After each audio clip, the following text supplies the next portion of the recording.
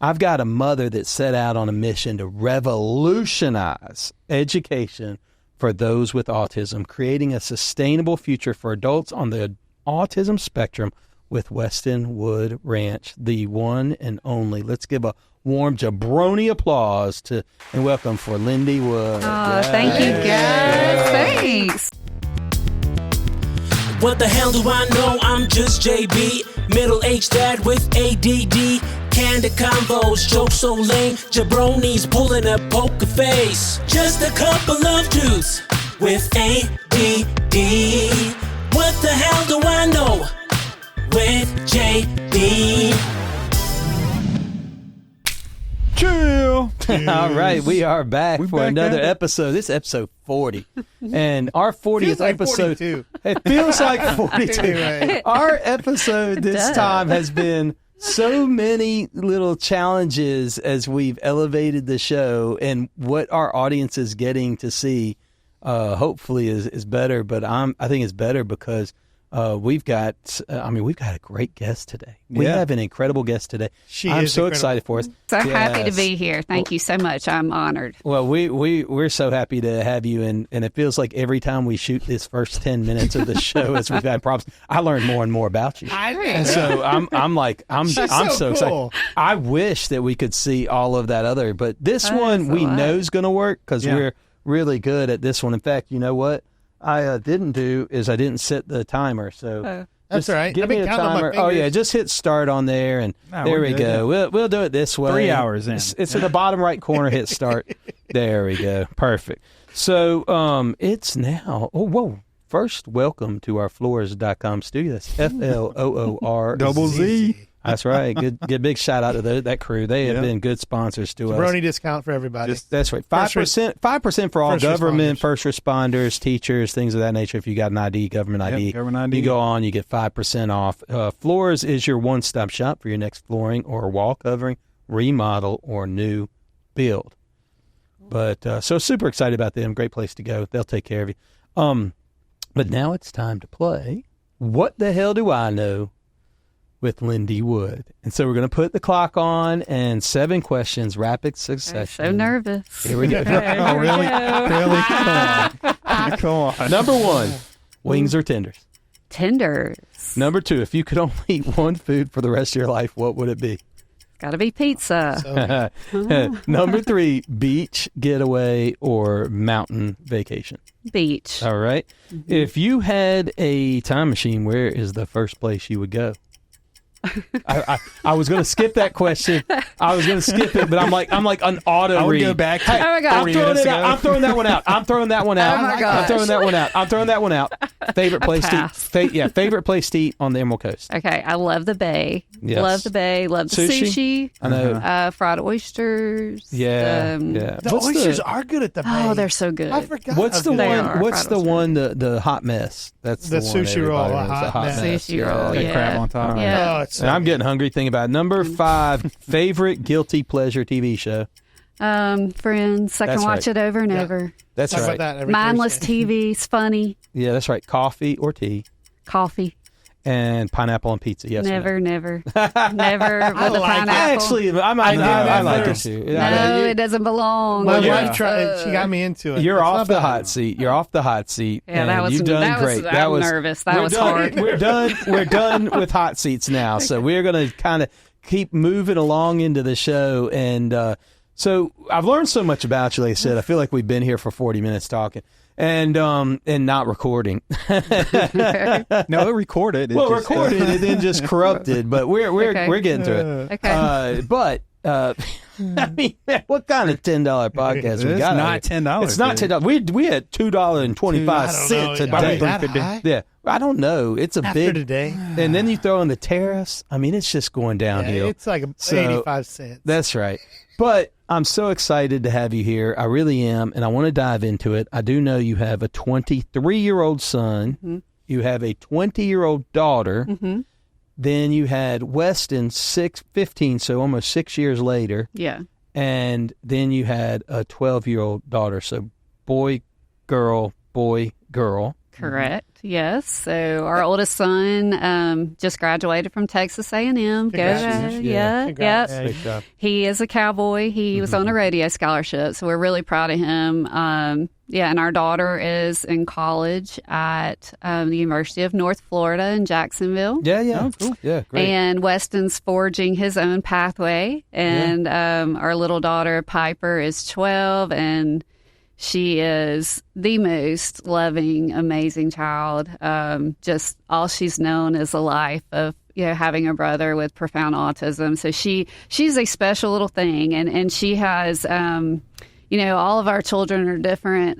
She has all of her things. It's not rodeo. Yeah, not rodeo. She's not music, really not in rodeo. Theater. It's all arts. So she's we don't know where she got her voice from because nobody in my family sings, but she creative. She is creative. So we have 4 children, and my husband and I, like I mentioned earlier, we were high school sweethearts. I've been with him longer than more years than you lived at home, right? I mean, like when you go back. I mean, my wife and I, I was 17 and she was 15, but we've been together 30 years. Last September's 30 years together. Mm-hmm. And 25 years married will be next year, but I'm 48. I turned 48 actually this week. Whoa. I know, crazy. Are you sure? I'm positive. I thought it was 50 what I've seen. No. Oh, my poker buddies here. We play poker. We're the same age. They showed. Oh, is that right? Yeah. So my poker buddies showed up. They did a whole. They honestly is a beautiful thing. They did a whole meal. They each cooked some cooked ribs, and we had potato salad and. What was the greens, corn? There's all kinds. Was there boudin? There's some kind of sausage. There was like everybody Bacon did something or brought something to it, and then I'm a Bulldog fan. Juice is also a Bulldog fan, but he made. Are you sure you're a fan? Go Dogs. Yeah, go Dogs. Okay. I know you. So went to that. You like that other school. I didn't even know there's colleges in Alabama, but at any rate, he had a gator cupcake out there for me. Yeah. And then he had 50 big balloons that said 50 on it, and then they flashed the most embarrassing pictures they could find off my social media page for me. Most of those came from me. Yeah. And then, but then like every other picture would be like when I was out first, because we rank everybody when we play poker. So the nights I was out first, they flashed all the. I didn't do all of them. It was just a handful. First just three the first three you found. There are a bunch of them. 52 weeks a year. So they did all the great stuff. So it was a lot of fun. But when you think about it, 48 and been married 25, we've been together more years than not. Yeah. So it's a lot. It is. It's a lot. We're also approaching our 25th wedding anniversary in August. But you one thing I thought was interesting is that when you're that young, and you said earlier how you knew by almost 15 that was the guy. Yeah, I did. And that's crazy. And you've been dreaming and scheming with the same guy. Yeah. I know this. I know this because I have my high school sweetheart, and she's here and behind the control center. But you dream, you plan, you write things down, you think about the next year, you think about what your future is and what you want for your children and what you want for the children that aren't there. Yeah. And so you have this radical thing that happens when Weston's born at 15. Yeah. Tell me a little bit about that part. Yeah. Well, I think that we were young, but when you're planning your family and you're young and in love, like you really do feel like you're in control. And I think that God is just, he just laughs and just pats us on the back and like, no, you're really not. Mm-hmm. You think you have control of your life. But yeah, I'm a planner. I'm a type A personality. So we had always talked about planning a family and, having 2 children, especially if we had our boy girl, then we were going to be golden. And so, we were riding high on life and family and all the things and chugging along. And then I had this incredible urge to have another baby. And we just, I came home and had that conversation. And my husband's like, have you lost your mind? What are you talking about? No. He like, what about the plan? Like we're good. And I'm like, no, I really prayed about it, and I wanted that child, desperately wanted that child. And through some hardships with losing multiple pregnancies, trying to have him, it would have been easy to walk away from that, but I still had that burning desire to have that child, and that's when we were, given Weston, and people always ask me, well, did you see the signs, and when did you see the signs, and where were the flags, and I always preface it and say, I have a lot of guilt because, as I explained earlier, like my background, I'm a nurse practitioner by trade. So, if anybody should have, just been very bold and said, like my son has autism, it should have been me, but it wasn't. It was a situation that I kind of swallowed that bitter pill back, and I wanted it to be anything but autism. But autism. And those words are hard. Those words are hard to hear, because when we really started, you could see those subtle differences. And I guess, really it became glaringly obvious when he wasn't developing any language, typically like a typical child. And, I noticed,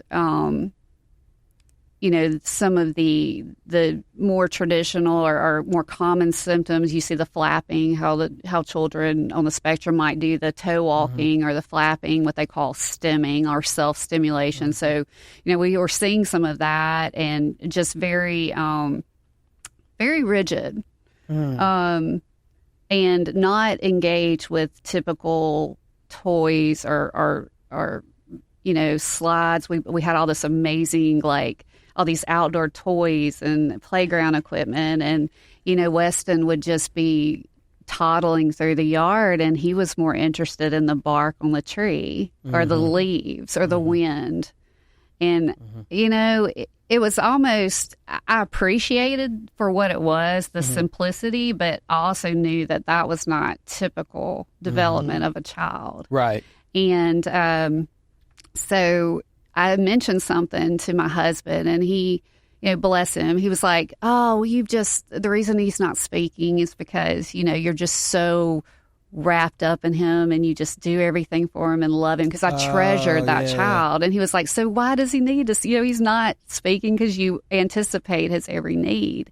And, he tried to reassure me. And well, if you've got chatty Cathys at the house that are older too, maybe talk more. Maybe they take up the dead space. There's a lot of things. A lot of reasons, because, like I said, it wasn't, all of his developmental milestones, he was hitting them just slower, so it wasn't anything that was just like, wow. And, I said, Jason, we've got to go. We've got to go. Right. And we made an appointment. Yo. True North Pest Control. They are all over Central Florida, Georgia, and they just moved here to the Emerald Coast. I just switched my service over to them. You got to check them out. Tell them JB sent you. They'll take care of you. We are a bug-free podcast because of them. True North Pest Control. Now back to the show. How old do you think Weston was then? He was 22 months old. 22 months. Mm-hmm. So right before his second birthday. And I remember this appointment. So I knew what was coming, right? We made this appointment called our pediatrician. They're like, okay, well, you need to go see a developmental pediatrician and have him assessed. But the first thing we need to rule out is that he doesn't have a hearing impairment. Maybe that's why the language isn't coming. Okay. Mm-hmm. And I remember clear as a bell, I'm sitting on the back seat with Weston. Mm-hmm. We're driving to this hearing appointment, and I am praying. I'm like, God, please let this be his hearing, because I can do something about that. Wow. Like I can, because that's me. That's you can learn sign language. You could have hearing aids. There might be yes. Like I can. There are things that I can do to make that better, to make his life better, and I did. I prayed that so hard. I'm like, because if it's autism, like I don't know what to do with that, because the nature of my training and my background is medical, right? You go in with an illness, you get a prescription to fix it. And autism, it's so abstract, and so and especially at the time, like there there was no roadmap or guidelines. It was just like good luck kind of feeling, like you do what you can and survive. And God, I prayed so earnestly, but I knew it wasn't his hearing. Yeah. Like I knew that already. You could see some reactions from time to time, right? Mm-hmm. I knew that it was autism, and that that afternoon we follow up with the developmental pediatrician, and he walks back in the room after he did his assessment, and it was so cold and so detached. But he said, your son is profoundly autistic. He is likely to never speak. He needs intensive 40 hours of mixed therapy, including, and then he had his prescription pad and he wrote speech language therapy, behavioral therapy, occupational therapy, physical therapy, because he had some motor tone. And he's 2 years old. This is how it's being presented. And I'm like, all I think is a dad right now going like, okay, that's 5 hours, a week. That's 10 hours a week. That's 40 hours a week. I'm like, 40 hours a week. Yeah. And I'm like, oh my gosh, I was numb. Mm-hmm. I was numb. I can only imagine. And when I was handed that piece of paper, I literally felt like my life as I knew it wasn't even about me, but I felt like my life just shattered into a million pieces. I immediately lost my identity. I didn't know what I was doing. Everything felt out of control. Right? Because I've lived so long where everything just is smooth sailing. You never. You've got problems, but it's not that. And that's what's interesting is because when you're faced with that, and you said this in one of our first recordings, but you had said though that when you see another parent that has a heavily disabled child, that you think, wow, I mean, what a great mom. They must be a saint. I mean, they're what a special person, and to have that, and so that's not me, right? You're kind of in road normal. Was anybody in your family that you had seen any? I mean, how long has autism been coming around as we know it? I mean, today it seems like the spectrum is very wide. Yeah, and the CDC just came out with the new numbers, so it's 1 in 31 children. 1 in 31. 1 in 31. Wow. And not to get too deep into the schools of thought as to why that is. I mean, I could burn a whole podcast just talking about that. Yeah. But that's alarming. That's an alarming number. That's really high. I mean, 1 in 31. I mean, means that on my block, if there's like in my neighborhood, there's probably 31 babies going to be born this year. Yeah. One of them's going to have autism. Yeah. So it's here, and it is a spectrum, but again, like kind of going back to being handed that, and then here I drive back to my little bitty town where I felt like I was the only mama to a profoundly autistic son.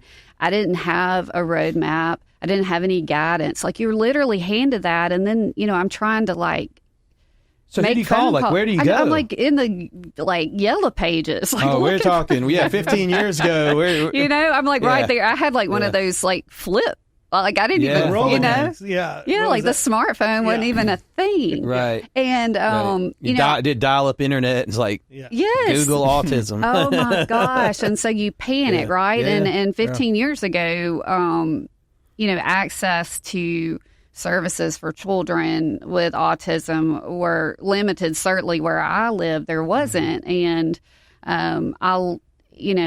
we sacrificed. Like, I lived, when we were handed that diagnosis, y'all, it just keeps getting better. But a week after we were given that diagnosis, we were surprised with baby number 4. Oh, wow. So here I am. I felt like I was already in a million pieces. Wow. Now having a 4th child, we were forced to, I know. We had to separate our family so Weston could get the therapies he needed. I lived in Birmingham, Alabama. Oh, my word. And my husband was back home in Livingston raising our 2 children. I'm in Birmingham, Alabama.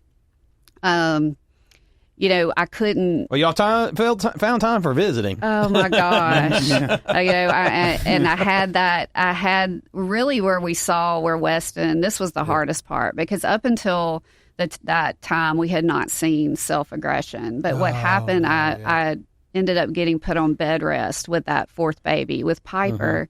And Weston's world completely melted because I kept him on such a routine and that predictability. And when that fell apart, Weston fell apart, and he started, biting himself and hitting his head on the floor and on the walls. And, you guys have children, and you know that pain you feel like when your child's hurting, whether it be emotional or physical, and like you want to fix it. Yeah. But in this case, and with autism, a mom's like love and comfort actually escalates.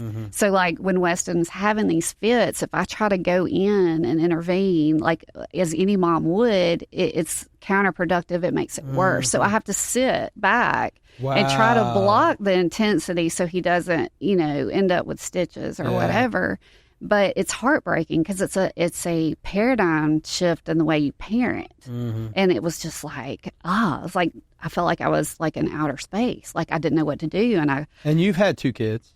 Yes. You have kids that are in the 8, 7. They're in the age of kind of like obedience and learning and discovering. And so you've been parenting one way, and it's been reorientated in a totally different direction. A completely different way. And like I said, I was broken to the core. I mean, we've always been, I've always been a Christian. I've always gone to church. And, I think it's easy, and this is going to sound hard. It's easy to be a Christian when things are going your way. 100%. And then when something happens, and in Weston's case, so I have this. And so I'm like, okay, well, I'm going to lean hard into my faith, and I'm going to pray really hard that the Lord delivers Weston from this, like takes this from him. Yeah, there was a scripture that you're just saying that. There was a scripture, though, that I think it was one of the disciples. It was like after he saw Jesus and everything else, he was like, look, I want to pray, and can you help me with my unbelief? So hard times has been around for a long time. Nothing new under the sun. It's been around. And when I say dark times, like wow, like I was like I could not get out of bed, severely depressed. Like I would take Weston to therapy, and I would sit in the two-way. They had a room where you could watch, and he couldn't see the two-way mirror or whatever. And I would literally be in my pajamas, like holding my newborn baby, just like sobbing. And I just felt like a zombie, and I felt numb, and I felt like completely detached. I'm like, how is this living, and how is this life? Like this is just too hard, and I don't want to do it anymore. Oh man! And I can only imagine. Which is a normal feeling. Yeah, I know. Right? I mean, when you're in the fire like that, you're like, how do I get out of it? Is there an end? Jackson had projectile vomiting when he was younger, and I can remember Danielle was in law school, and so I was feeding him a bottle and trying to burp him, and you had to feed him a certain way, and unless you try to burp him. But when I'm talking like Exorcist, and so the first time I'm feeding him, I'm burping him. Next thing you know, it's everything out of this little baby's body. His body weight and vomit was just like all over. And I was in like a suit, a nice shirt and pants. He just threw up all over me. So I took everything off, my shirt off, and I'm down to just my pants and whatnot. And I make a whole nother bottle because it looks like the entire bottle's been thrown up on me, right? Yeah. He does it. I'm trying to go slower, get about halfway through. He projectile vomits on me again. I'm now in my boxers trying to give him another bottle. And he projectiles again on me the third time. I took that bottle, I threw it against the wall, and I'm like, man, I'm done. I'm done. You might just not eat tonight, boy. Yeah. And he was just a baby. Of course, it wasn't his fault. That was it. That was one moment. Yeah. But he's had 1,000 moments. He's had a few more. But I mean, and you're dealing, I mean, it's an entirely different world. And I know you learn how to like experience this. I only have a handful of friends that I know that have autistic, and I know the levels differently. I had a friend of mine, he wrote a song called Speak to Me. And in fact, if the computer's up, Danielle, you might be able to find Speak to Me. It'd probably be on like Apple or something like that on music, and you could probably play it through. Not that I wouldn't play the whole thing, but my buddy Andy, though, wrote it about his son Colin. Because he just wanted to hear him say daddy. You just want to hear that. Because, without without the language piece, I mean, it's hard enough to watch them struggle every day with, like I said, the self-injury and just, it's almost like our world is not set up for them in terms of their heightened sensory system. Everything's just overwhelming and too much. And, so you watch that pain and of course I wanted it to go away and I prayed for that. And, I think the biggest shift is after 2 years of doing that, like doing that back and forth and having him in therapy. And, I really just let go. I said, look, okay, well, I'm going to stop praying that and I'm going to pray and genuinely pray like you've given us this and, you're going to work everything for the good, even though we might not see it on this. There we go. Yeah. Kind of you can turn it down just a little bit. We'll listen to it a little bit. Danielle's going to be on, I think, number 6, maybe. Here I am. On the audio. I don't know that's him. On my knees. That's not the song. That's not the song. Nah, don't plug that guy. Yeah, I'm not plugging that guy. Don't plug that guy. It's all right. Don't worry about it. Sounds like he was proposing to somebody on his knee or something. Maybe he was praying. Let me see my phone. I'll find it here in a second. That wasn't it. No. That's good. That's good. That's funny. But yeah, so again, just like changing... I just wanted clarity and I wanted peace, like I did. And I really just started praying like, okay, we're given this. So now what? Like, I'm going to stop, praying for what I want. I'm going to pray for clarity and discernment as to why we have this. Why have you given us this precious child? That's a wisdom prayer. Yeah. I mean, and you live in life and now I'm like, all right. What do I need to do here? I like that. I like that. That's a really deep prayer once you get to that. But I needed it, y'all, because like I'm coasting through life, and it's like then I hit rock bottom, right? And I felt like I said, I didn't even know who I was anymore. I just felt like I was in pieces, and and lived that way, and I just that prayer when I prayed that.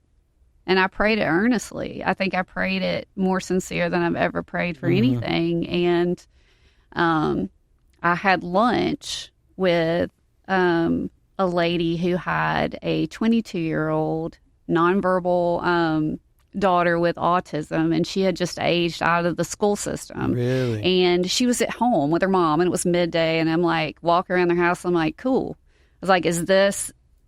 So what do y'all do every day? Right, and she said, well, I'm here and I'm here with my daughter and that's it. And I'm like, wow. So in that moment, like I immediately, like Weston's needs as a child or whatever, like that was just released for me. And I thought, well, like fundamentally, like what is happening in our society that we're letting these kids, so we're investing and we're pumping so much into their therapies and all the things for us to just slam a door. And once you hit 18, it's over. Exactly. It's over. And I'm speaking as a parent too. It's something like we call like a services cliff. So like you get all these services and then they become 18 and then you are at the edge of the cliff and you hit down at the bottom and there's nothing.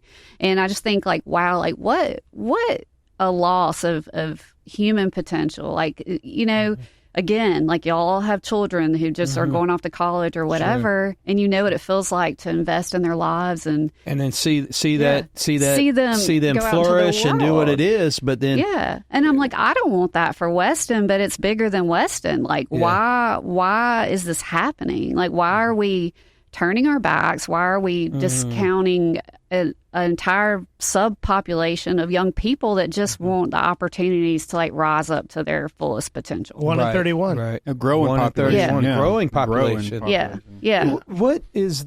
So you found some people. I mean, how did you find those people back then? And what does that look like today? I mean, if you're a young person, take me back to what it was like to kind of have to navigate this journey. Yeah. And then, but what does it look like today? Yeah. So when I was navigating it 15 years ago, there were not enough therapy-based programs, and there were extensive waiting lists. So, like, I was scrambling any city that was remotely close to where I lived. I was, getting Weston's name on list and waiting. And it was like you felt like you won the lottery if a spot opened up. That's how it was for us. Wow. And so a lot of things have changed. So there are a lot of great programs for children. And that's, I think the reason is obviously more awareness, but then, our insurance companies are also friendly to children who have therapy needs, right? Really? They cover that. They want they that. cover that, but as that child, this is the ironic thing, as that child gets to be a teenager, so many insurance companies will those therapies come to a screeching halt. And it's so wild to me because autism is a lifelong. It's not going away. Right. It's not something that we can found cure. A cure for it. Exactly. Right now. And so, you're leaving these families distraught. Like they're getting like I said, it's like so many doors slammed in their face. And so, again, like when I met that young lady, like that lit, I felt like really in that moment that my soul just kind of filled up, and I'm like, I got to figure this out. Exactly. And I came home that night and I sat down with Jason and told him the story, and I'm like, I know you're not going to believe this, but I was talking really fast, and I'm like, we're supposed to develop this program for teenagers that are on the spectrum. And, I was rambling all the things, very specific things, because I promise you when I felt that relief, it was almost like this yoke, this heavy burden just was gone. And then I felt energized, and I felt inspired and passionate. A new purpose. Oh my gosh. And my husband's like, how many Diet Cokes have you drank today? I know. He's like, what is wrong with you? I'm like, what is wrong with you? Yeah, Scripture talks about a renewing of the mind, right? And then like in Matthew, it talks about, Jesus says, take my yoke. It's easy, right? Take my burden, right? But we don't do that. And sometimes if we lean into our faith and we lean into okay, this is here. How do I resolve it? And you've been praying earnestly, how do I figure this out? And then it's there. If we can lean into it and listen, and then all of a sudden it's relief. Was it a I heart know change? what I need to do. Not that the heart was in the right place. Sometimes it's a mind change, but right? But it was you get the desire, it gives you the desires of your heart, but sometimes you have to have a heart change. And then it's wow, I never realized I really was going to be purpose for this. Oh, I mean, for sure. Yeah. Yeah. Again, I went through that really hard time of, if you uttered the word autism in front of me, I wanted to just be physically ill. I could not. I just was so bitter and so had and so in that much. Moment, it just boom. In that moment, it was all that heaviness just went away. And and it's I wasn't caught up anymore so much in the little tornado that's Weston. I was thinking, well, wow, this is way bigger. The need is so bigger. And, every piece of the program of Westonwood was God breathed. And I say that as honestly as I can, down from, exactly what should be part of the program and what that looks like. And so, I had to make a decision. Okay, so God's already set this path. And like you said, it's going to be hard, but if I lean into it and just really trust, because this is not a me thing, this is something way bigger. And so I had to just kind of be faithful. I mean, and our human nature, how that doubt creeps in, oh, you can't, you know what I mean? Yeah. It's our sad attempt to control a situation. And really it's not in our control, that it's in God's control, but it's just letting go of that. It's that, you're pulling a rug, you don't want to fully let go. But in this situation, I had to. You had to. And so you're kind of now, though, a resource for parents. I mean, out of this desire to have this third child, you're now this resource for parents that 15 years ago, they didn't know where to navigate. You're one of those resources. Yeah. But you feel like there's more resources that are coming along online better than it, where you said, though, the spectrum is expanding. I mean, I've like I said, I know the other day I was with a bunch of guys, and we were hanging out, and somebody said to us, and I mean, it was like a bunch of us, you know, and he said, you know, somehow autism came up, and he goes, you know, it wouldn't surprise me with, 13, 14 guys here that somebody here in this room's autistic. Yeah. And I mean, everybody's 36, I think, is the youngest. I'm the oldest, and so I was kind of like, really? And then while we were talking, one of the guys goes, yeah, I might be on the spectrum. And he started talking about like things that he can't control or behaviors that he can't stop or things that happen to him, which, could be excused as like just heavy OCD or something. But it was very interesting. Like that spectrum can be like you almost can't see it to where you have profound, right? Right. And that's where some of the controversy lies. I think there's a divide in the autism community. I can only imagine, right? Yeah. And, and when I speak, this is speaking on behalf of myself as a mom, not, Weston Wood Ranch's take on the situation. Right.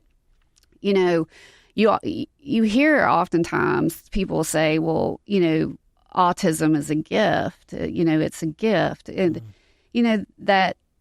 so there's that school of thought, but in my mind, like, do young mothers, like when they're pregnant, they like, oh, well, I hope my baby has autism. Is what I mean? Like, do you really hope that, the child that you're about to give birth to struggles socially, may not have communication? That part's hard for me because autism's so much more. But two things can be the same. Mm-hmm. Right? I mean, both can be true. Yeah. It can be a gift because you learn so much about yourself and the depths of compassion you have and all of these other things. Mm-hmm. But it can also be very hard. But it can be very hard. And if somebody asked me, well, like, would you change? I mean, if you could take that away from Weston, like, would you? Because a lot of, people, especially on the, the other end of the spectrum will say, well, that's what makes them quirky or unique. But, I see it with Weston, like, I don't think he's defined by autism. I almost view it, in a way, a disease process because it has inflicted a lot of pain in his life. Like, it's hard for him every day. So would I take that? I love Weston and I love who he is, but I don't think that he's defined by his autism. So if I took the autism away, he's still Weston. Still Weston. Yeah. And I still love him. So I just don't love the pain that he has to go through. What's a good day for Weston? A good day for Weston. So a good day for Weston is if he has slept at least 4 hours the night before. Oh, wow. Yeah. Wow. So So sleep is really hard. That would be a bad day. So he just sleeps like 4 hours and he's up 8 and 4. He takes naps, I guess. Yeah. Yeah. So, a 4 hour stretch of sleep for him is a win. And then, if we can do his favorite things in a very predictable. I feel like I'm living that movie with his. Oh, Groundhog Day. Yes, because we do Bill Murray. We do. We have such a controlled schedule, y'all, and sometimes it makes me just. Oh, I bet. But if Weston, especially, like if he can go to Weston Wood Ranch every day. He loves it. Mm-hmm. He loves it. The days that Weston Wood Ranch is closed are his worst days, and he cries. Weston is a lover of church. Oh, really? And I laugh and tell my pastor. Does he do hand raising? Is he into hand raising? Oh, I love it. Hallelujah. I always feel like you're either like the hand raising. You got the two handers. You got the one handers. You got the kind of here. Then you got like the baby carriers, right? And then you got the folks that don't do anything. I'm the not anything. Like occasionally I might do a little. No, he's like full speed ahead. That's awesome. And I laugh and tell my pastor that we're never going to miss a Sunday. I'll like be on my deathbed with like the flu, and Weston like at 3 a.m. is standing over me with like mismatched clothes and like just looking at me going, church, it's church day. So good. And so we're like, come on, like we're getting ready, but we keep him on that Where predictable. Does he sit in a church? Because it feels like you've got a lot of auditory, like.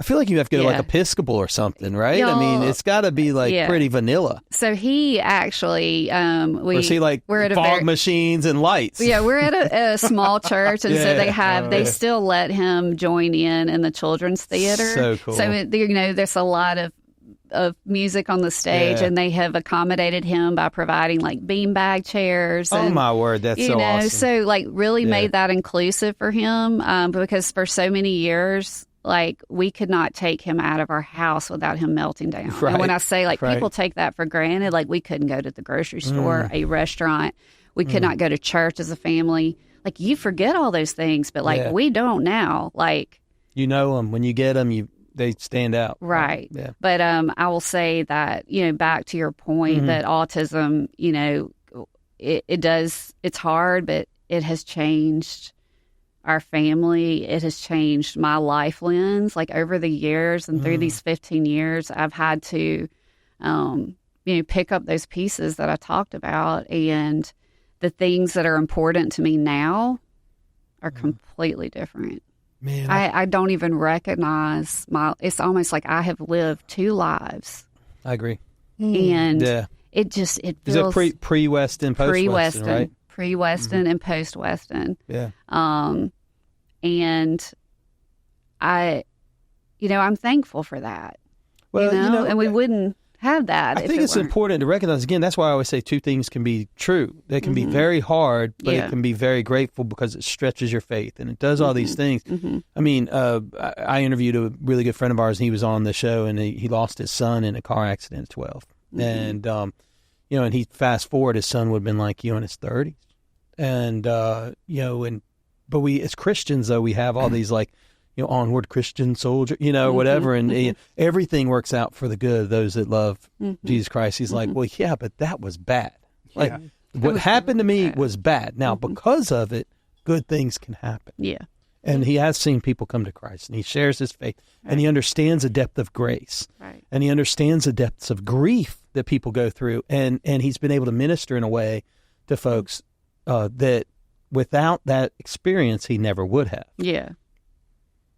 You haven't lost Weston, but you lost that normalcy. Yeah. Is that probably? Yeah, I mean, like true. what we consider normal. Yeah. And so you lost that. You lose that. And there is did you have a grief moment of that? Yes. So, I mean, I grieved, and I'm not comparing this to a physical loss of a child. Right, of course. But, we all have those dreams for our children, and that normal cessation, like they'll go make friends, they'll t-ball and all the, you go through that whole life, and then you're handed this, and it's like you grieve that entire life that you perceived was going to take place for your child, and then you are trying to they're going to have a beautiful life, but it's going to look completely different. And I'm thinking about the time, like right now in your social media, you've probably seen, like, now's the time that all the kids are getting their school awards. Yeah, they're getting the awards. That's right. And that's fantastic, and they're playing t-ball and they're getting trophies. That's right. But as a parent to a child with significant needs, like, we kind of sit on the sideline and we have to see those things. But our children's successes as a child with a disability it's not defined by a paper award, a letter grade, a trophy. Yeah. It's those little bitty things. Like you said, like if Weston has a good day and he doesn't like hurt himself, very you said it's very drawn out. Very, very regimented. Yeah. And he did not utter a single word until he was 7. Really? And the very first word that he ever said was mama. And that moment, I would treasure that so much. And I still, to this day, like Weston's 15, he doesn't have functional language, meaning he can say a word, a word for like juice or things, like one thing that he wants. But like, I do long for, I feel like I want to know like his emotions, like what makes him sad, like when he's sad or when he's hurt, like he can't tell me those things. So you're not, so he just screams. That inside. Right. So like he could have a mind. Yeah. And it's like, I know Weston, but like I long or I yearn to really know him. And, I feel like sometimes as parents to normal kids, I wonder about, do I know? I mean, my kids, 21 and like 19, and then 17. they've written college essays, and each of them that wrote their college essays, it like brought tears to my eyes because they went so in depth.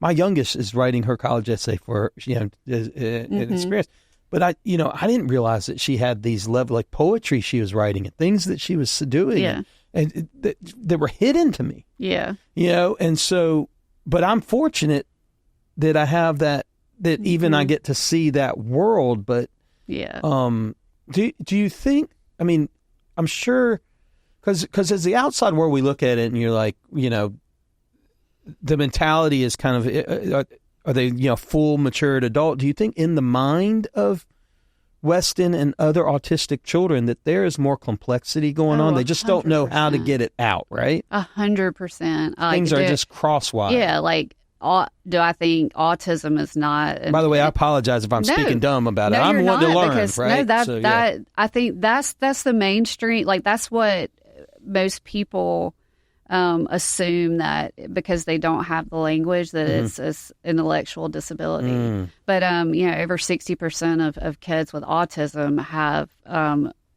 IQs within a normal range or higher. Wow. And it's not an intellectual disability, it's a motor planning. Like people don't, like that's the whole science, but it's a disconnect. It's almost like their brains, like our brains function in a certain way. Like we're able. Mine disconnects a lot of times, where I mess up. Yeah. But like, we're sitting here in this room and our brains allow us to have a conversation with each other. We're not thinking about that flickering light over there or that buzzing of that. Right. So their brains are hyper-wired. They're hyper-wired. So like multiply everything in this room by 100. So it's just like, it's a disconnect. It's a motor planning issue. And I think that I've learned, and I probably didn't appreciate it till now, I'm like always presume competence in these young people, like that it's all there.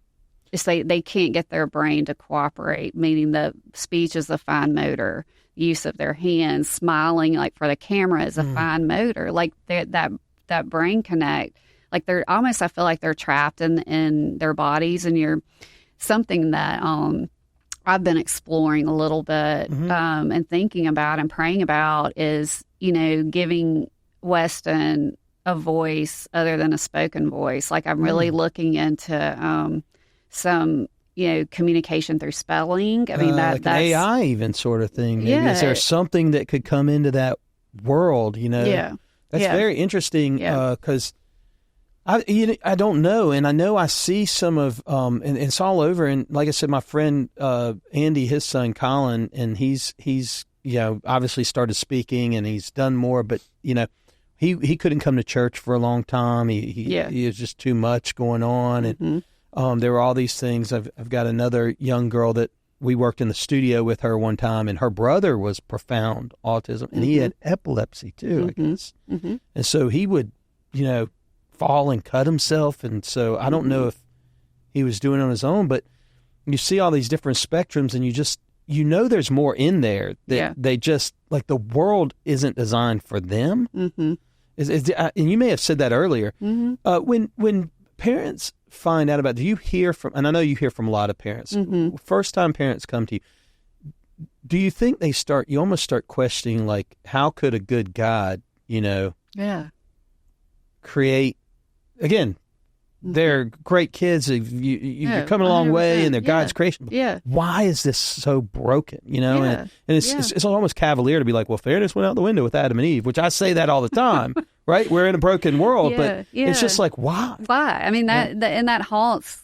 Oh my gosh! And I've thought about the whys 500 different times, and a lot of that, I've relived everything I did during my, everything. Like, what did I do? But oh my gosh, I bet that's a huge thing for parents, right? It is. And now, like with the literature, there's so many, and the hot topic right now is environmental causes, and taking shots. I know that's a big thing. Taking a deep dive into all of that. So you can't help but to think, even as a mom, like, what could I have done differently? But I'm at a point now that I know that, Weston is a gift, and that was always God's plan, and he's here for a bigger reason. And I'm just, I'm it's funny. I know that you just had Sheriff Atkinson, but I have to share this story because I think it's a couple episodes ago at this point. Oh my gosh! He's old news now. Old news. But I will share this because I think he was our second favorite. Person on the couch. Well, after you. When we moved here in 2016, I immediately I had this vision, and so we were looking for property and for Weston Wood, and I had all my drawings and scribblings and plans and maps, and I knew that nobody in this community knew me at all, or my husband. We had no connections here, and I felt so passionate about this, and I'm like, I've got to figure out a way to have the community see what we're doing. Here we have the property and nothing else, but I need some credibility, right? So I go to Sheriff Atkinson. I set up a meeting, and I introduced myself, and I got all these papers out of my bag and strode them out on his desk, and I'm like, this is this mission, and I'm very passionate. We need this. There's so many families that needs it. I said, and we want to have a fundraiser to kind of kickstart this. I said, I want to have a rodeo. And he said, he looked at me, and his daughter was actually did some dressage and Western. So I didn't know that about Sheriff, that they're ranchy. I mean, he's got he's been here 19 years. Generation. Even more. Yeah, he's been here forever. I didn't know that. And he said, his eyes kind of lit up, and he was like, he just put his hands together. He's like, I love this. I love this idea about this fundraiser. What do you need? Yeah, because that's just him. Great. Yeah. And I sat there, and I really wasn't sure what I was asking for. I said, well, look. And I was like, $1 million. Do I ask for money? What do I ask for? But then he offered that, and I'm like, well, what I really need, I need somebody with credibility to come alongside this mission. And he said, yeah, this is a good thing. He was like, we'll partner with you. You can, use our name. You can. This can be a collaborative with Walton County Sheriff's Office. We'll give you ground support. We'll help you, support you in all the ways. And so having that, and I'm going to people, and that one of the best. Like that. That was a gift, and he probably doesn't even understand the magnitude of that. But that to me was really, golly, such a great, a confirmation moment too, right? Wow, yeah, I mean, just you're here, you want to do this rodeo, which, by the way, tell everybody here, you have the Weston Wood Ranch. Yeah, we should probably say it at some point. Weston Wood Ranch. We should probably plug it in, throw it on the website. Weston Wood Ranch. So the fourth weekend of March every year, we host a professionally sanctioned rodeo in Hammock Bay at the City of Freeport Regional Sports Complex, and it has grown over the years, and it's such a family-oriented community event. I love it because, here on 30A and Destin and the Emerald Coast, there's charity events every way you turn. Oh yeah, wine dinners, and wine dinners are great. Then that's the charity wine. That's the charity wine. Yes. Which also great. It's like high, it's kind of like hotty toddy. It is. And Hamptons of the South, baby. So but I wanted something that rodeo sounds awesome. Rodeo. Yeah, I wanted something where people from all socioeconomic backgrounds could go and buy a $15 or $20 ticket and know that, that money is going to something great. Great. And so it's everybody, all walks of life can come and participate. That's what I love. I love that event. Yeah. And my hairstylist, Alan, is the one that's really introduced it to me over at He told me you Trinity. Showed up this year with the biggest cowboy hat of anybody. I didn't show up this year. I'm showing up next year. I'm coming next year. I'm coming next year. You walking in with that big hat. rodeo. It's always the fourth weekend. So in 2026, that will fall on, and I don't have a calendar in front of me. It's not Memorial Day weekend. No, it's March. The fourth weekend in March. The fourth weekend in March. So I think it may fall on the 27th, 28th. But it's a Friday night, Saturday night. We do 2 shows. And it's great. So, that's your big fundraiser for Weston Wood Ranch. That is. We also do a sporting clay tournament, which is fun and kind of different. We do that. And we do some. There are 6 events on there. I was looking at it today. Yeah. We do because it's every other month. It is. It takes so many. It takes the hands and feet and gifts of so many to make the nonprofit world go around. That's right. That's right. I can only imagine. I was going to ask really you, how'd you get to Freeport, though, like from Alabama? From Alabama. That's a good question. That's a good question. That's the main question I thought today. I was watching it or looking at it. That's a great question. Yeah. We knew, okay, because we're Alabamians. We're Southern. I mean, if you can't tell by my voice, there's a little. I know what Camden's at. I go to Camden. Okay. So we didn't want to leave the South. We didn't want to leave the South, but we needed to have better access for Weston, because we couldn't continue to live the way that we were living separately. Right. And again, Good that's Lord. just praying about it, and we visited.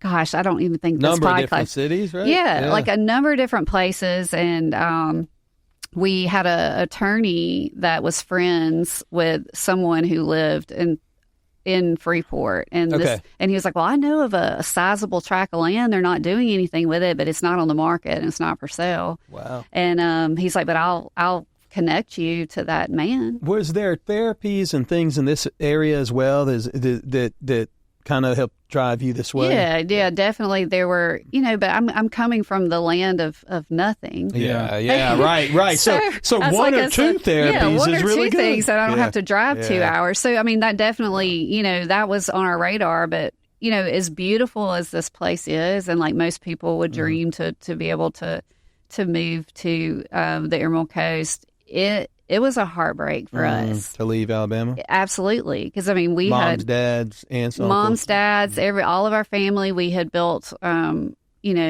home that we thought was our forever home on 300 acres of my grandmother's. Oh, you on 300 acres of your grandmother? Yes, rolling hills, beautiful pasture. Wow, and we come down here to sand that you can't grow squat in. Right. Where's the garden? Right. So that kind of, segues into, okay, so I know I'll have a love of all things farm and farm animals. I know the therapeutic value behind it. And so, the root of Westonwood is giving that experience too, because I know the value of it, and I know that we can teach all the traditional things that we learn in school, such as math and science and all the things, but use a practical way to teach it, very hands-on, very visual. So you might have saw that we have a 3,200 square foot aquaponics greenhouse. Yeah. So.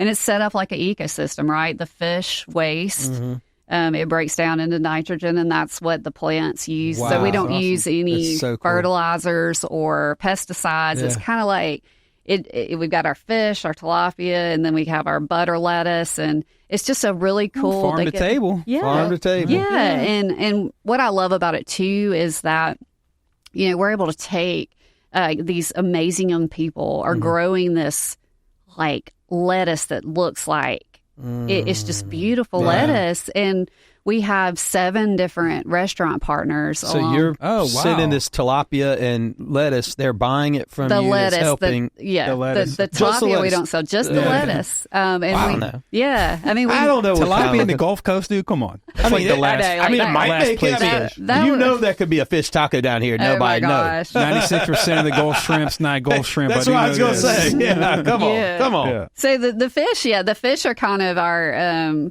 They're definitely not our but primary. The lettuce is cool. And is there anything else you're selling into restaurants, or just lettuce? Just the lettuce. Okay. That's one little social enterprise. What restaurants are down here supporting you? Yeah, we have Cafe 30A, Cuvée 30A, Chiringo in Grayton Beach, the new restaurant in Santa Rosa, Cajun Corner. By the way, all those are amazing. Yeah, you're just naming off a bunch of good restaurants. She's just naming off a bunch it's of them. It's on Bald Eagle Drive in Santa Rosa Beach. Like, I know kind where of it is. It's all the way in the back, like all the way in the back. Yeah, we went there. The Yeah. old, is it called? Did it used to be the Love Shack? It's gone. Yeah. It was something. Yeah, the Love Shack. I know exactly what you're talking about. Danielle's eating with me there. Yeah, those guys buy our lettuce. Bamboo in Niceville and PB&J Cafe in Niceville. We gotta get the Bay. You gave them a shout out. Gotta get the Bay doing some big lettuce for you. I do. Yeah. But we're excited about that. Yeah. And then another business enterprise that we have. I don't know if you're familiar with Odd Pelican Brewery in Freeport. Yeah, okay, for sure. We take their spent brewery grains that they would normally discard, and we have a dog treat company called Brew Chews. I love right? I love it. And I love it. So our young people are making the dough, their signature recipe. They roll it out. They do all the packaging, the labeling, the invoicing, the sales pitch. But we have like a really cool market for those. Like what we are, the Henderson Hotel buys them wholesale. I think it's really cool. That's an amazing idea. And the dog world is really, I mean, there's people that don't travel unless they can go to an Airbnb or whatever with their pet. You know, I mean, it's a big thing. So the Henderson's one of them. The Henderson, the Pearl Hotel in Rosemary Beach, the Inn on Destin Harbor. Oh, that's awesome. In Destin. That's so good. And I know, and I have several Newman Daily Real Estate. They buy them and give them to their resort guests, and so it's kind of, it's cool. But what I love, it's also a sustainable product that could possibly be packaged and into other retail stores somewhere else. So with Brew Chew, I love the name. I should have brought a package so y'all could see. But Lake, well, you know what? Get us a package. We'll just put it on the table. So I kind of want to eat one if it's made out of barley. You can eat them. Everything that we put is food grade. It cannot be tasted. No, they really are not bad. They're a little bland, but it's like there's a little bit because there's some peanut butter in there too. Yeah. Oh, wow. So can dogs eat peanut butter? It's not the peanut butter that has the xylitol, which is toxic. Okay. I don't know how this works. Peanut butter. I don't eat the toxic kind. I don't need any negative. This is a $10 podcast, and I'm just an old jabroni. You never had dog. Yeah, he's more of a cat guy. So watch out. Don't troll me with this, guys. I don't know. The dog, when you give dogs medicine, you normally put in like peanut butter or peanut. Is that right? I don't know. I don't know. They love peanut butter. Chocolate. You know what? It's chocolate that I don't know about. That's the problem. Ate 40 brownies the other day. She survives. That's that chocolate thing's kind of too. Yeah, I think it's. We were trying to put her out of her misery. 40. There was only 40 in the box. Were they cannabis?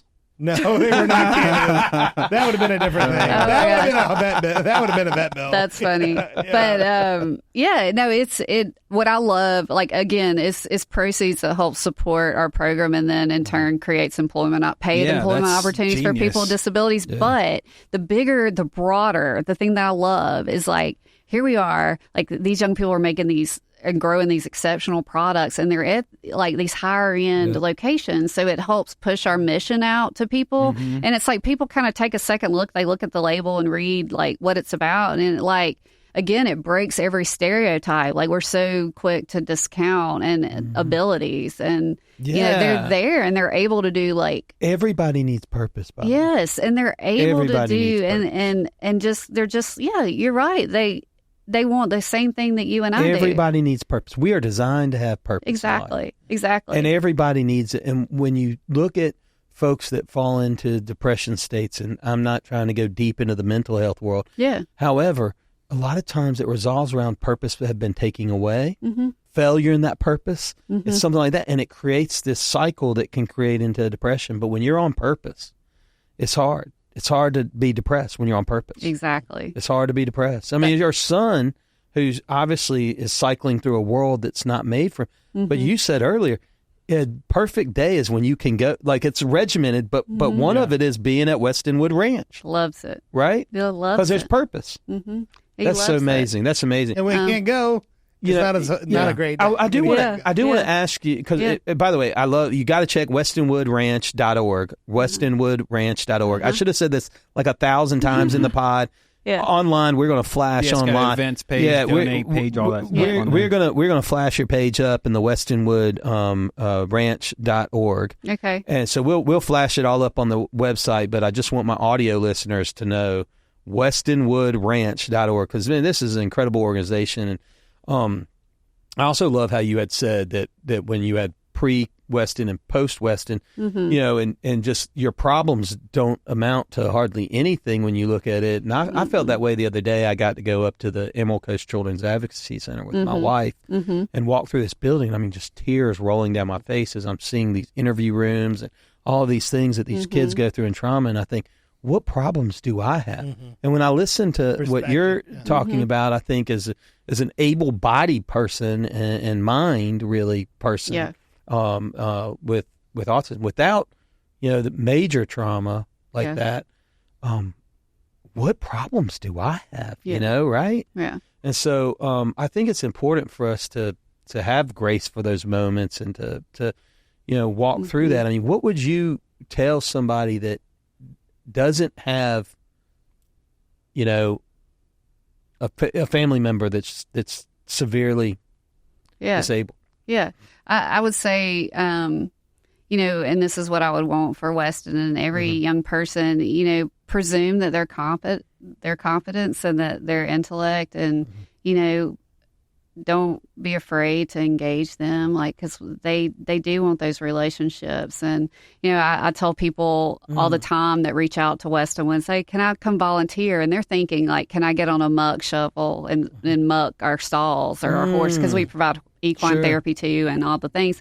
And I'm like, I want you to take a different, just give me a minute. I was like, let's shift the way that you think or that volunteerism has to be. I said, why don't you just come out and spend 20 minutes with some of our kids, our young people. Play a game. It might be you love yoga. You don't have to be a yoga instructor, but we have yoga mats and we've done yoga under our oak tree. But come and show them that, that they're valued and they're worthy, and be inclusive, include them. That's so important. Didn't you find, because I don't know, I probably done this, where you walk up and you see a young kid with profound autism, or you see somebody that's disabled, and I've got some friends, Bob and Lillian down in Tampa, and their daughters in gosh, she might be in her late 20s, but she was aged out of all the care, right? And she volunteers at different, a greeter at different places to have purpose. And, but it's tough on them. It's a tough road to hoe, and but sometimes, and I'm certain I've been guilty, but I walk up and you think, okay, now I'm going to talk to this 25-year-old disabled person like their 5-year-old. Right. I know that's kind of what we. Is that where we should be, or should we be this should just be normal? It should just be normal, and that's kind, so hard to do. Normal, that's so hard to do, and I'm guilty of it. I mean, Weston's 15, and I just because my mind, you forget that, and I'll talk to him like he's a toddler, and they don't want that. You should definitely speak to them just as you would your cool sidekicks, Juice and BMoney over here. That's good to know. Yeah, which I talk to them like their 5-year-olds do, though. Have to. Yeah. I would do that, but I would say, you asked about people who don't have children, but then I also say, to young mothers that are just now getting this diagnosis, take that prescription or that piece of paper that I mentioned, with all your child can't do, and tear it up in a million pieces, and just believe in your child, believe in them, believe in them so much it hurts, and then believe in them more. Really? Yeah. And that's awesome. And you're gonna definitely have to you will create a different life path, but it's beautiful in its own way, and the tiny moments of joy that people overlook, you're going to value, and that's going to look differently. And one thing I didn't mention, because I'm excited about this, y'all, having a young adult with a disability, these parents go to bed at night and they worry about outliving their child, because nobody's going to love them the way or take care of them. So at Westonwood, we are developing a supportive living community that will provide housing opportunities for up to 44 young adults on the spectrum. That's huge. And that's giving them a next layer of their life, of their independence. You're an answer to prayer for so many people that don't even know you yet. How cool is that? Well, I'm just, I said, it is cool. It's exciting. Cool that you're in God's plan, and you're in it. Yeah. That's why I say, if you're in the plan, life it's tough, but I come at you, I know. Yeah. Oh, we're going to give a quick time out. Hey, y'all, new customer of True North Pest Control here on the Emerald Coast, Central Florida, Georgia. You got to check them out. Yeah, they get rid of all the unwanted pests in your house, including termites and mosquitoes. Tell them the jabroni sent you.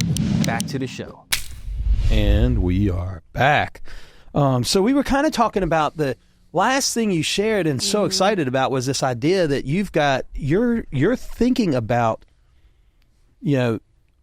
life for your child when you're not here on earth. Yeah. It's which is a big thing, feeling. right? That's nuts. And you're planning for it. And I think that's, like I was telling you, my friends Bob and Lillian, their daughter, Jillian, she such a sweetheart. She is so much full of energy and really bubbly, and is so fun when we've been around her and the opportunities to be around her. But, they've also talked about how, they don't get a break. Yeah, you don't. I mean, they are full time on. Yeah. I mean, and when they, sometimes they'll have a sitter, but that sitter is really almost quasi nurse. Yeah, I mean, it's not even like, it's not a 16-year-old girl down the road or or whatever. And it's we've been at dinners and everybody's like, hey, we'll go get after dinner drinks. That's not the life for them. No. And so do you find, I mean, that's that new reality, right? It's a new reality. And, probably I'm an extreme. Like, I don't have babysitters. It's just like you have to have an enormous amount of trust in somebody to leave a child that can't communicate. Like, I don't know. It's just, that's really hard. But, the flip side of that, and I'll say this honestly, that, my marriage has definitely, like, it's a complete backseat. Like, we've tried to find a time to carve out, but we don't go to dinner together. We haven't been on an overnight trip. That's what I was thinking, yeah. Can't vacation. 12 years. 12 years. Not even one overnight in 12 years. And, on our anniversaries, we just cook for the kid, and you're finding even moments for like an hour connect. Is that, I mean, you have to be like super intentional. Yeah, you have to be intentional. And, the divorce rates of couples that have a child with a disability, it's enormously high. It's over 64%. I cannot. Yeah, no, and so it's hard to sustain a marriage in that day to day. Like, it's very stressful. And of course, our natural thing would be, because you're kind of locked. I tell people I feel like I'm handcuffed to Weston. Yeah, I'm rarely like I made the joke that I'm here. You're here filming this, right? And I left. You're probably glad we had recording issues for a few times. That's what I said. Hey, it's just an extra 30 minutes to just sit on the couch, chilling on the couch, and I don't have to worry about, because I stay. That's a real thing. Like that hyper alert, that those symptoms of PTSD in moms, especially with kids that have self injury, because the screaming and the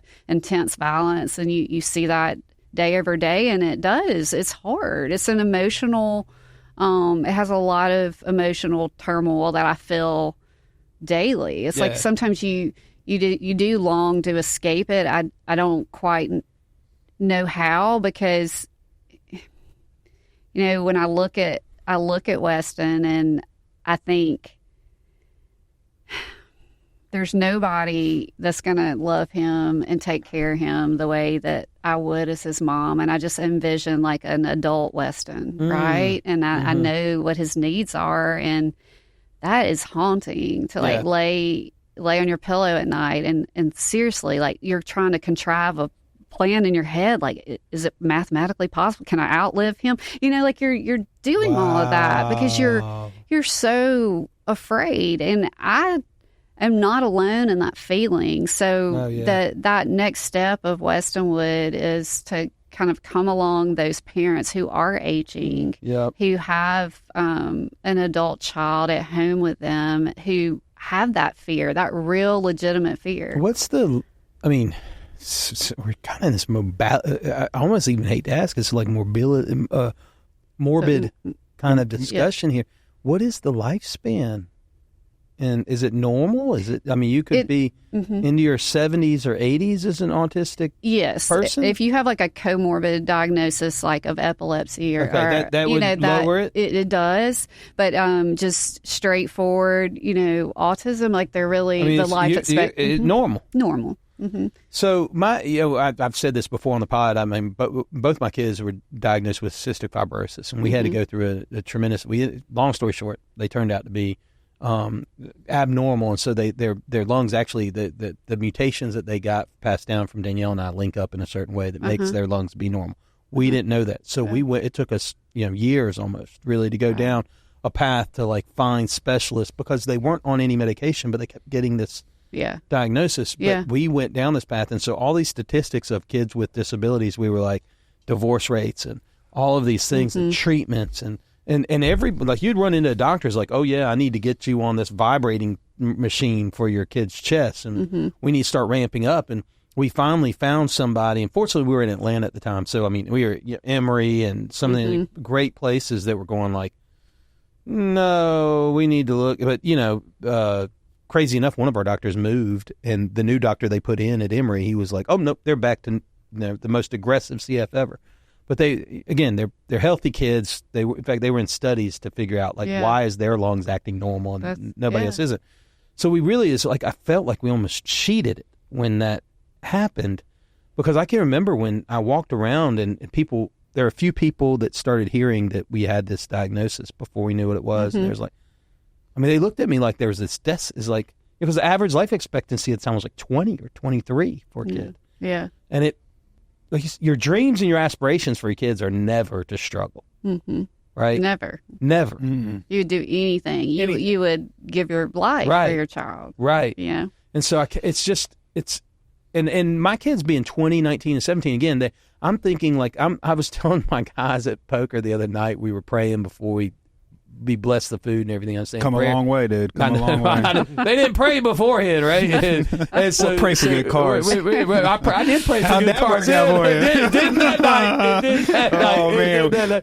But so we were sitting there. I was telling them I've been praying a lot more here lately because I've got kids that are two adult kids. I mean, by the letter of the law at 17, but 3 adult kids, but that are beginning to make decisions that I have no control over that can potentially change trajectories or their entire trajectory of their life. And so I'm just praying for wisdom and discernment for them because I have no control. And you're talking about like, how do I, think about the next step for him? Yeah. I kind of want to ask you too, though, the noise in autism seems to be getting louder. Yeah. Right? I mean, I hear more about autism. 1 in 31 kids. The CDC is doing more stuff on it. It's getting louder, but how do you figure out what's best for your child? Because there's these big divides, I feel like, in autism. I mean, you've got some people that are like, you shouldn't vaccinate anything. You've got some that you should, wash clothes in certain detergents. It goes down like this. Is it more the gamut of everything? Western world, or is it worldwide? I don't know. I don't know, and I wouldn't even begin to know. And looking forward in the head, 1 to 31, and I know at some point I'm going to have grandkids. So like, what is the information I need to know? Right. I know. I wish it was simple. Right. It doesn't feel that way. It feels like there's gone up in the last 15 years. More awareness, but I don't think really that we're any closer to, trying to pinpoint a cause. It's so confusing. It's so confusing. And, I know families, and I've seen, videos of their children having full language. And then, like you said, I know it could be a coincidence. It could be an attack on their immune system, but they receive a shot and they completely regress. But I think that we would be naive to think that it's one singular cause. Gotcha. I feel like... Environment now. Exactly. Yeah. I think that there's so many things in our environment right now that weren't in our environment 100 years ago. Yeah. And, you've got to think about the mother and the way that baby is completely, they share that blood, everything. Yeah. And, again, I think as a mother, you really have to take a hard look. Like, if I could go back, I don't know that I would blindly trust, it's 100% safe to take Tylenol during pregnancy. It's okay to take an antibiotic, all these things, because... I remember Danielle. We don't know. Danielle, you don't know. We know we'd stop I'm sure you were the same mother because you were doing everything. What you knew you could or couldn't take. I can remember Danielle was so, she wouldn't take certain things at all. And I remember even when it came to alcohol, and it's such a touchy thing. It's like, guys, just don't beat me up here, and the viewers, when you see this, just leave it alone for a second. I'm just saying that in general, everybody's got to make their own decision. Sure. But I know there's parents that might have a glass of alcohol. Danielle was like, there is zero chance. Right.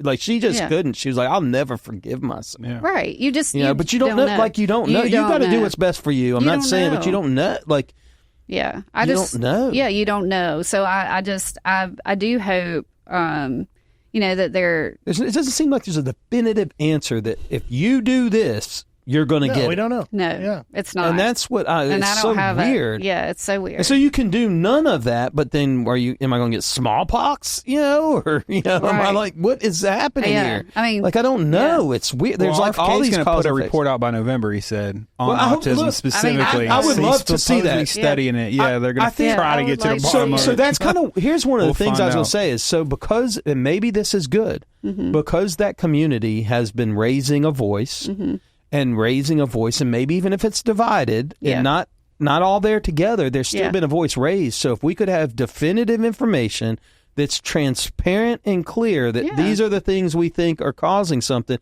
I think that could help the community, right? Like it almost feels like bad press, good or bad press is... Yeah. No, there's no bad press sort of thing. No, right? I mean, I would definitely, I look forward to seeing that. I think that, again, my child and so many others has what you call kind of the dark side of autism. It's the kind of autism that's like not portrayed in mainstream media. It's not the good doctor. It's not the savant. Right. You know what I mean? It's a hard. It's hard. So those parents, that are dealing with that and that day-to-day struggle and of their children and that profound those symptoms, like we would love to see answers. I don't know if it's that simple, but we all make choices, like kind of back. And again, I'm not like an anti-vaxxer. I don't take a stance on that at all. Really, I just say, just ultimately as a mom, anything that you do comes with risk and benefits, right? Everything in life, and so you kind of have to do what's best for you. You do. You have to do what's best for you and what you think is best for your child. There's no roadmap on what is going to help your child. Like I've had friends, I've personally tried biomedical or alternate pathways, and I'm the kind of person that if I can break away, because I'm such a driven. That was what my education was, to focus on evidence-based. Evidence-based. Right. Yeah. And, so I had to shift that mindset a little bit. And I'm willing, as a mom, if it's something that I know that's not going to harm Weston, I'm certainly going to try it. I'm going to try, because I don't want to look back and regret. I mean, I don't want to have that. I want to say I have given. I agree. Everything I can. I have as a mom given him every opportunity, everything. Like I don't want to look back and have that hurt. Do you see any hopes in research or anything on the horizon, anything in the autism world that is like, okay, wow, that could be interesting? Yeah. Well, I mean, I think that so many times the dollars were, research dollars were geared towards younger children and like early intervention. And I think that over especially the last 5 years, you're seeing that. I think our society is kind of waking up to, whoa, all of a sudden we do have this plethora of young adults so like, where's the evidence base there? Like what's the next step for them? What happened? You bring something up, and I'm sorry to interrupt. I mean, this just kind of throws me now. All of a sudden, it hits me that you just bring something up, though, that now all of a sudden we have these young kids getting older. We've been around for a long time. So what were old autism people doing 20 years ago? 40 years ago, Yeah, what was happening then? Right. I will say this, and I think it's interesting. Ironically, really, there was a state mental hospital in Alabama called Bryce Hospital on the University of autism people? Well, I was going to say this. It was common for somebody who maybe had nonverbal autism to be misdiagnosed as schizophrenic, and so you saw a lot of. I personally saw this because early in my career, I was tasked. I was actually part of the team when they were shutting down the state hospital that had individuals that had been institutionalized for 40 plus years, like they've never lived in society. So we were tasked with integrating them back into the community. So we had like a step down, and then we were getting them into community homes, and that was a challenge. But looking back, I do see some of that. That was certainly there. But then I can't argue. Like, I'm thinking about, and you guys think about this, like when you were in school, did you have kids that were non-speakers? Like, I know you had. I can remember some. I can remember some kids that you're just like, you're like, that. But it was the whole spectrum. There was. Yeah. I can remember a handful of them. I mean, we had smaller class sizes. So for one, we had smaller class sizes. But I can remember one kid. That just really stood out for me and didn't talk a whole lot and didn't communicate a whole lot. And it's very interesting you say that. I mean, he was functional enough to do classwork. Yeah, but you could see some. Well, we just, I mean, not shockingly, put in a regular classroom. I mean, he was an outcast. Yeah. He was not one of the cool kids. Yeah. But you didn't know that as a kid. You didn't. Oh, no, I knew it. We knew it as a kid that he was not normal. And because you're not normal, you're not. Oh, no. I mean, you don't know why. Right. I can remember. It wasn't common, Yeah, it wasn't common. I can remember he was just a kid that always played by himself. A couple hundred or something, Always wasn't accepted. Right. I can remember one time going to play with him and trying to be like, because, I was like, had this heart of like, how do I play with him? And he like blew up at me. Yeah. And I was like, well, forget you, dude. You must because I had no clue. I can remember I had no clue what to do. Yeah. I didn't even hear about autism till I was like, Well, yeah. You didn't. I mean, into 30s? Yeah, you in did. my 30s? I would say like 20s. Yeah. And those kids, because that disability, there aren't physical characteristics associated with it. So those kids, especially when we were growing up, they were labeled as, quote, the weirdos, or they were the ones that were subjected to tremendous bullying, that were outcast, that didn't have friends. That's why I'm thankful for today. There is a lot more awareness where those children, I think that's being identified earlier, where they hopefully don't have to endure that. But even Weston growing up, me trying to get him into public. So like I said, we couldn't take him anywhere until he was 8 or 9. Because he trying to get him through the doors at the grocery store, he would sprawl out and just start screaming. And I had people like staring at me. I've had people come up to me and approach me and say, well, he just needs a little bit of discipline. Yeah. And that just, ma'am. And it used, and I used to feel like, especially like I said, those years that we were trying to like bring him out into the community where I wasn't just petrified. But it's like over time you do develop a callus almost. Like now I can feel people staring, but it doesn't. It doesn't even matter. No.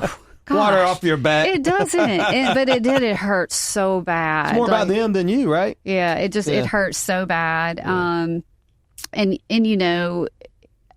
it is. It's hard to see, your child being, the target of bullying. And I think that children, they're young and they're still trying to navigate life and learn what's right or wrong. But, that's why I'm so thankful for our youngest Piper, because she grew up in that. And so her soul is like, she doesn't like what's she gonna do? She's gonna be a world changer. That's what I'm gonna say. She's been around now it. My other two life. Older children are a little bit like they're like because their lives drastically changed midway. Yeah, like 9 She didn't know anything different. She has not known anything different. So interesting. And to me, like when we talk about one of those beautiful gifts that comes out of the pain, like that's one of them. Like she's something special. She's something that really, I think she was given to me to kind of rescue me through a hard time, because she is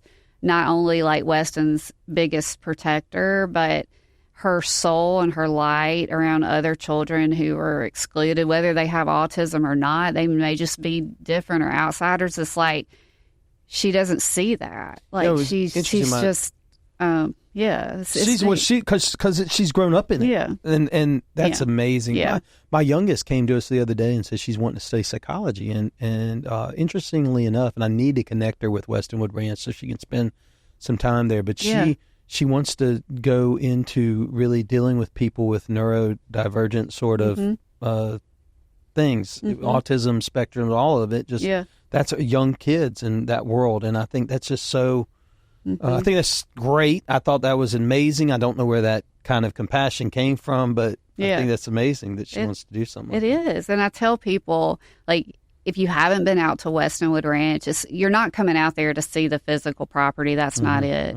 Like, you're coming out there and you're seeing these young people, like, against all odds, like, giving it 200% when we barely give 60. You know, they're trying so hard, and they're just those smiles, and they're just so thankful, and it like hits these heart spaces that like our day to day you never hit. Yeah, it's like it somehow reaches through like the different spaces, and it just fills you. And I have had so many people who come out there and say, wow, like just driving through, because you kind of drive through these old oak tree canopy, and it, you know, and then it just opens up and it's got all of our little buildings and whatnot, and you see all these young people doing different things all over the ranch, and it's like you feel this, like you feel a peace just really wash over you, and it's amazing, and I think everybody needs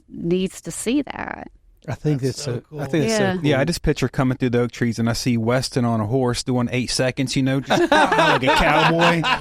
That's what I'm envisioning. That'd be awesome. Does he ride horses? Yeah, we put him. Great. That was one of the first things when we were on a waiting list for therapy. So like we put him on our horse. Oh heck yeah! And he screamed.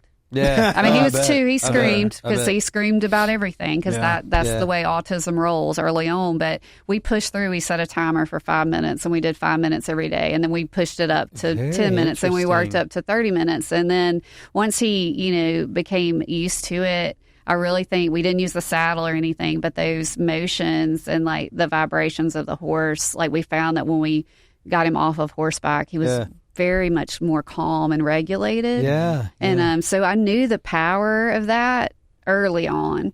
So that's why we incorporate equine assisted therapy into our program. Special animals. They are. Sensitive to emotions, it feels like, right? Wow. Yeah. We rode every day. A lot of horse therapy, it was, animal therapy. Yeah. It is. There's something special when you connect with a horse and they really trust you. Yeah. And it is something. And then being on that animal is it's incredible, especially when you get up and you start running, like really run. Yeah, and that is the scariest feeling. I don't know how jockeys do it. It's scary. It is scary. And horses are so in tune. Like that's another thing that people, you know, people always say like horses can sense your anxiety, and they can. Okay, so can. Like their brains again are a little bit. They're hyperwired, so they're pack animals, but they do, you know, feel that energy. Yeah, they're social animals. And so the kids, we found that having the different therapeutic farm animals incorporated into the program, those relationships aren't based on language, right? They're based on nonverbal communication. That animal can sense. Yeah, you know, and horses are like you said. Horses are really like that. Much like that. Yeah. So that particular Weston's horse, Razzie, we've had her in our family forever, since like that was Weston's horse. She is one of our therapy horses in the program, and Razzie is very interesting because like if I am fooling with Razzie, if I'm trying to, you know, brush her or whatever, like she can just be just this hot-headed turd, for lack of a better word. They get moody. I know, moody. And then like Weston or another like vulnerable child comes into the picture, and she's like letting like him open her mouth, and like his head's like stuck in her jaw.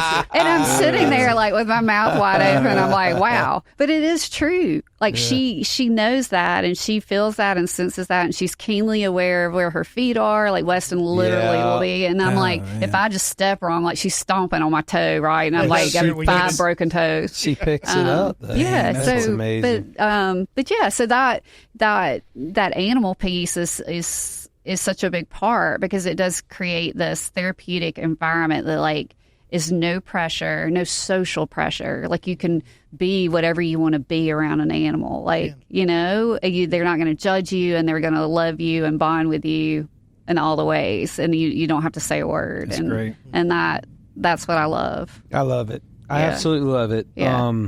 This has been such a fun time talking with you. I've got one more question I want to ask you. And by the way, westonwoodranch.org. You've got to check it out. westonwoodranch.org. Again, we'll flash all the stuff up there. And I think this has been really an amazing conversation as it's unfolded. I mean, I've learned so much that I just didn't even know. And I thought I knew it. But But I ask everybody this question, and I love getting these answers. I've started asking it this year, and what I say is, what would you tell your 25-year-old self?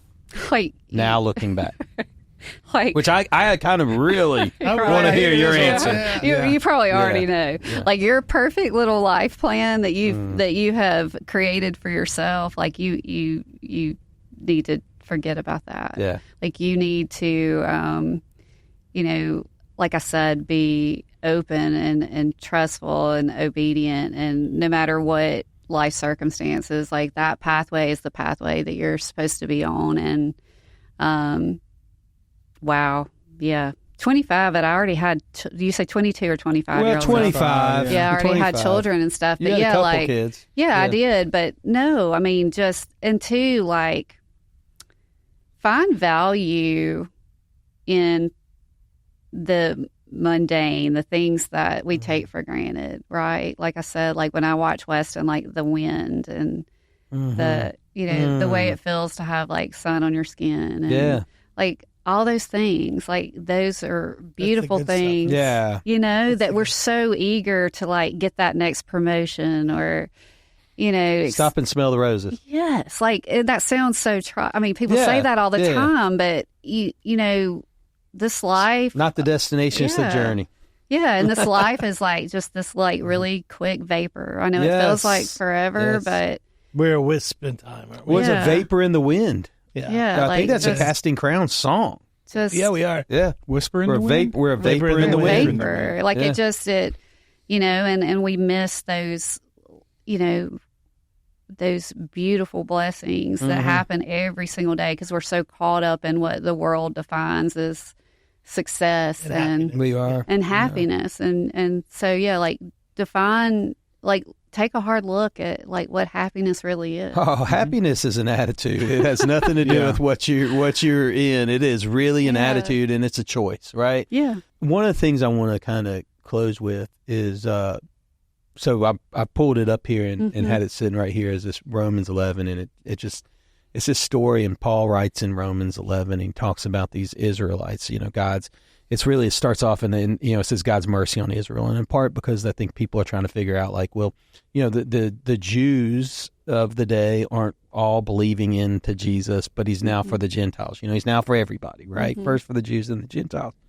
But they just didn't understand it, and he says, well, look, he kind of goes through this beautiful story of how God's continued to accept them and figure it out, and they're just like, well, they're just asking all this, what about the ungodliness? They go through it, and I don't understand how God can be so kind to people that have all these different problems and needs, and he finally ends it. He says, well, for who can know the Lord's thoughts? Who knows enough to give him advice? And who has given him so much that he needs to pay it back? It's like, who knows?